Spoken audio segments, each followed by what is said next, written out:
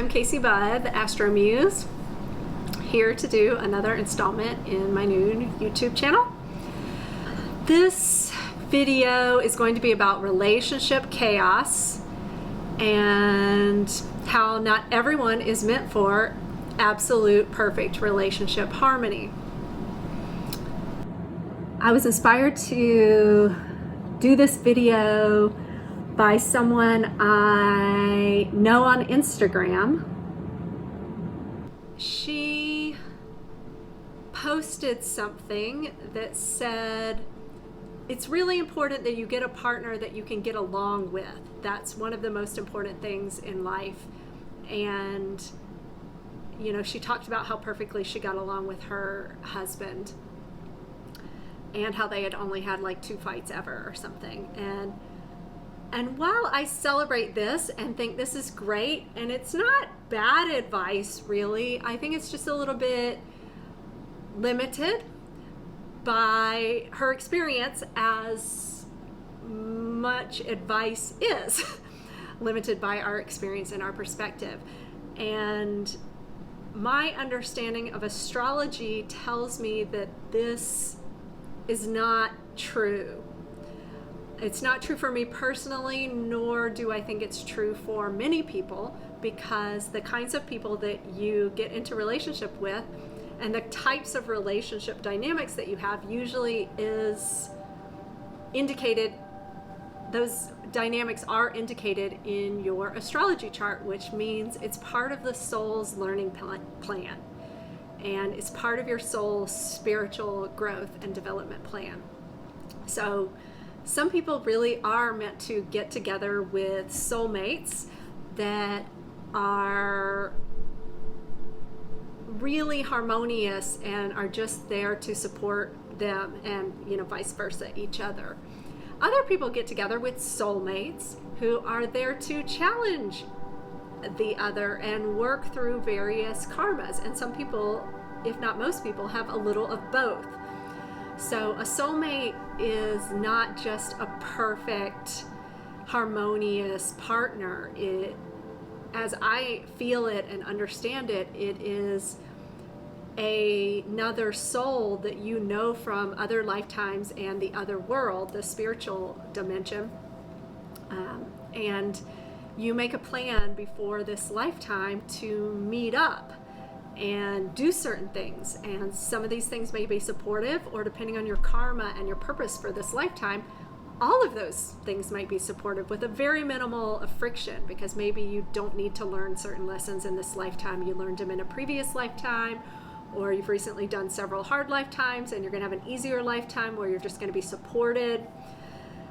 Those things can happen. You might, even this person, she has had other physical challenges and other very notable challenges. And so I think in this lifetime, she needed and kind of qualified for, let's say, just a really supportive partnership relationship, because that was going to help her get through maybe other challenges her soul was working on in this lifetime.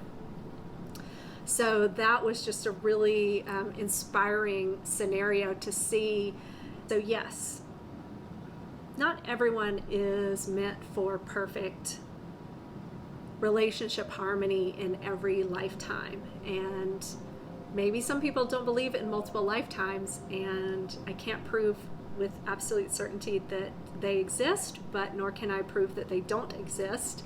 And it makes much more sense to me that they do exist, because I think we do have multiple things to learn here, and there's just no way one lifetime is enough time to explore all the vast different things that our soul can do and be and learn and experience. So bringing us back to the topic of relationship chaos.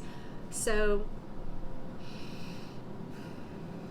some people are really meant to learn about chaotic energies through their relationships. Some people are meant to learn about self-love by being in a relationship that is restrictive, where they're looking for that love and support from their partner, and they just never get it.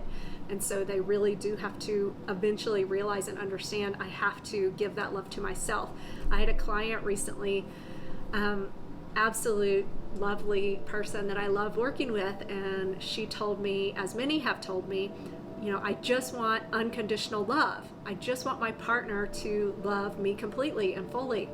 And I asked her, well, do you love him completely and fully? And this really made her pause, because she didn't. And she admitted she didn't. And she had just finished telling me all the things she didn't love about him, and it really challenged her. And so I really encouraged her to ponder this and think about how hard it is for her to give unconditional love to her partner, and realize it's just as hard for someone else to give that to us. It's an extremely advanced spiritual attainment to be able to give somebody else unconditional love. And so it's unrealistic. It's unrealistic to expect that someone else will give it to us when we can't give it to them or to ourselves. This doesn't mean you shouldn't be involved with other people, but it's also useful to just manage your expectations so you don't expect unconditional love when you're not giving it either. And you just keep working on giving it to yourself, giving it to somebody else, whether they're a partner, or if you don't have a partner, whether you're just practicing with your family and other people in the world at large. And if you do have a partner, you're practicing with them while they're practicing with you. But yes, so there are a bunch of different kinds of dynamics that we can be meant to undergo and experience with our partners. And, from classic psychology, a lot of this is part of a patterning. I'm sure you've heard these theories, that it's, kind of a repetition of your childhood family dynamics. So if you had an unavailable father, let's say, or mother, but father for the example, a less available father, either because he worked too much or left, or just was kind of in his own world, eccentric, or very focused on his own ideas, or just not very emotionally connected. For whatever reason, you didn't get the emotional bonding you wanted and needed with your father, and so you might be attracted to other unavailable men throughout the course of your life in various ways, whether they're married or older at a different stage in life, just similar, unattached, less emotional, less in their bodies. And you may try to get them to love you because there's this wanting to finally get that need met and that love in the way that you didn't get as a child. So this is classic, psychology. And I do think it absolutely, definitely does happen this way. But the fascinating thing, and this is the cool thing about me being a psychiatrist, I'm a psychiatrist who's very focused on psychology. So being a psychiatrist who knows a lot about astrology, who is a professional level astrologer, I can see that pattern is in an astrology chart. I'm looking at a chart right here. And that person's chart shows that they have an unavailable father, and it shows just how and why he is that way. So it's not really personal that he's that way. He just is that way. It's in his chart too, if we were to look at his chart. And so it's useful, and when I work with people, I try to help them understand their chart showing certain things. It's not their fault, and this is the way their dad or their mother is, and it's about their lessons they're going through, but also that person was a good fit for you, and that's why you got them as your parents, and you're working through some kind of version of their lessons also. So it shows in a person's chart that you will be attracted to a certain kind of person, and often that person will have some characteristics of a family member that, a parent usually, that you had some bonding problem with, or just some kind of difficulty with. And it's not always the case, but it's often the case that we are attracted to someone, which is shown more in like the 5th house of the astrology. There will be some connection with patterns that are in the fifth house to symbolism within the chart that represents your dad, or an area of the chart that represents your dad. There'll be a connection between the fifth house and the 10th house, the dad area for most people, or Saturn, which represents dad. Or sometimes sun can represent dad too. So there's various ways the fifth house will be connected to your father or your mother, in the case of people who have issues related to their mother that they're replaying in their relationships. So yes, it's there and it's in the chart, and I look at the chart as the soul's plan. So when you realize that it's your soul plan to be attracted to someone who's kind of unavailable, and repeat this pattern, or someone who's kind of chaotic, and usually that's a repeating of a pattern, or there's this intensity and kind of maybe fighting nature within the relationship. Usually that was within the family unit, if that exists. And sometimes it's shown, sometimes people have Mars or Chiron, the wound, Mars meaning kind of aggressive energy and fighting, or independence, and Chiron representing the wound.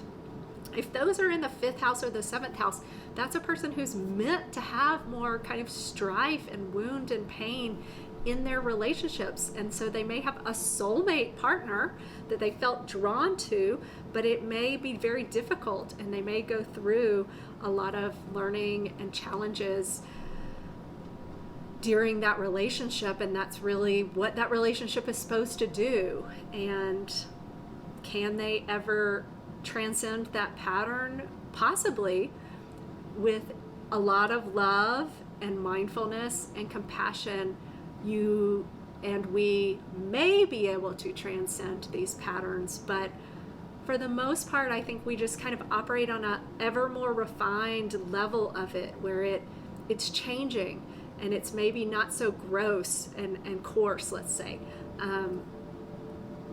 Coarse is a better word. It's not so coarse as we get more mature and more refined and more loving and more compassionate. We're,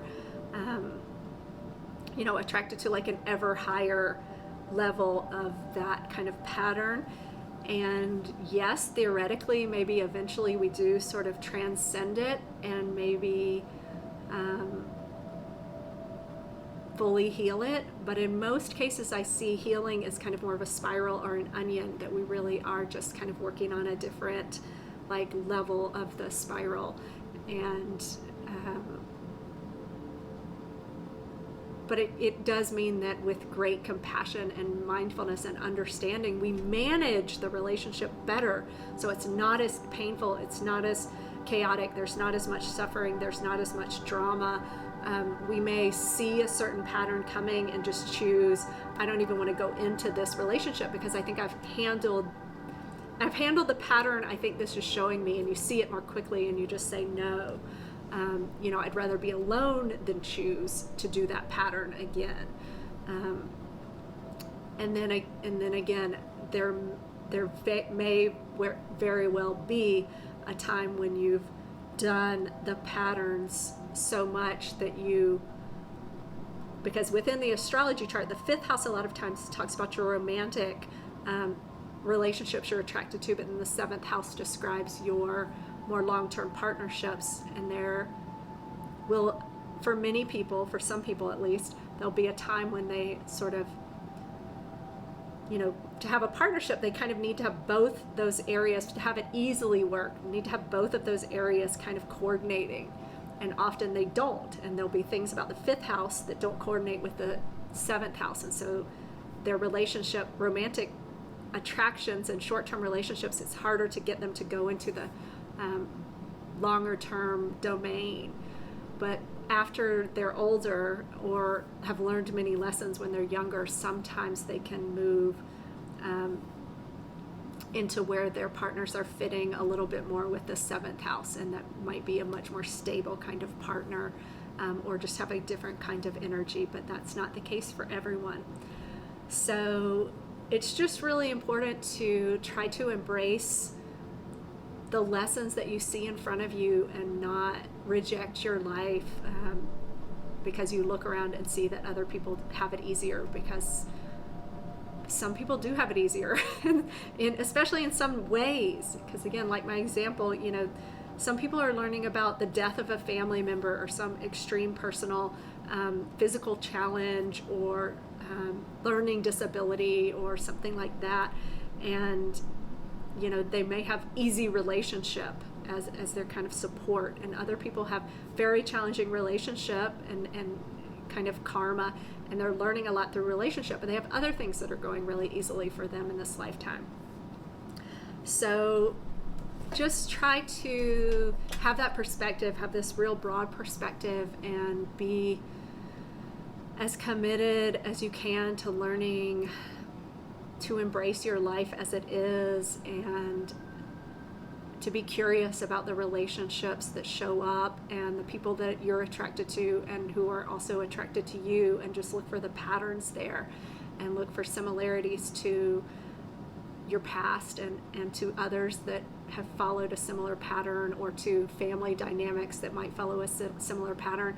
And if you're really curious about the astrology, look into your astrology chart or get a reading with someone, me or any good astrologer, or again, you can possibly do this research yourself and find out what's your relationship karma. What are you kind of slated for as a soul, and how can you open your heart to that and kind of surrender to it too, and be willing to take that journey that your soul, your higher self, sent you on.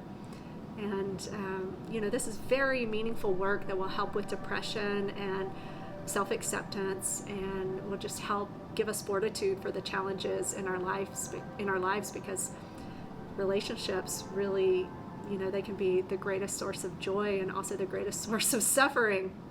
So it really helps to have a balanced, spiritual, soul growth oriented perspective when you enter into them. And it also, again, helps if you don't have the relationship you want to understand this perspective and realize that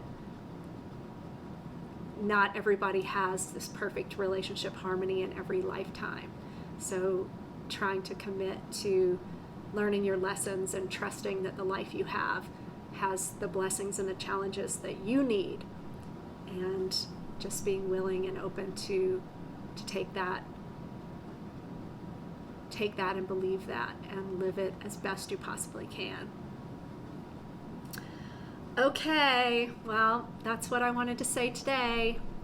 I wish you all a beautiful day or night whenever you're watching this. It's a lovely sunset time here, very fall.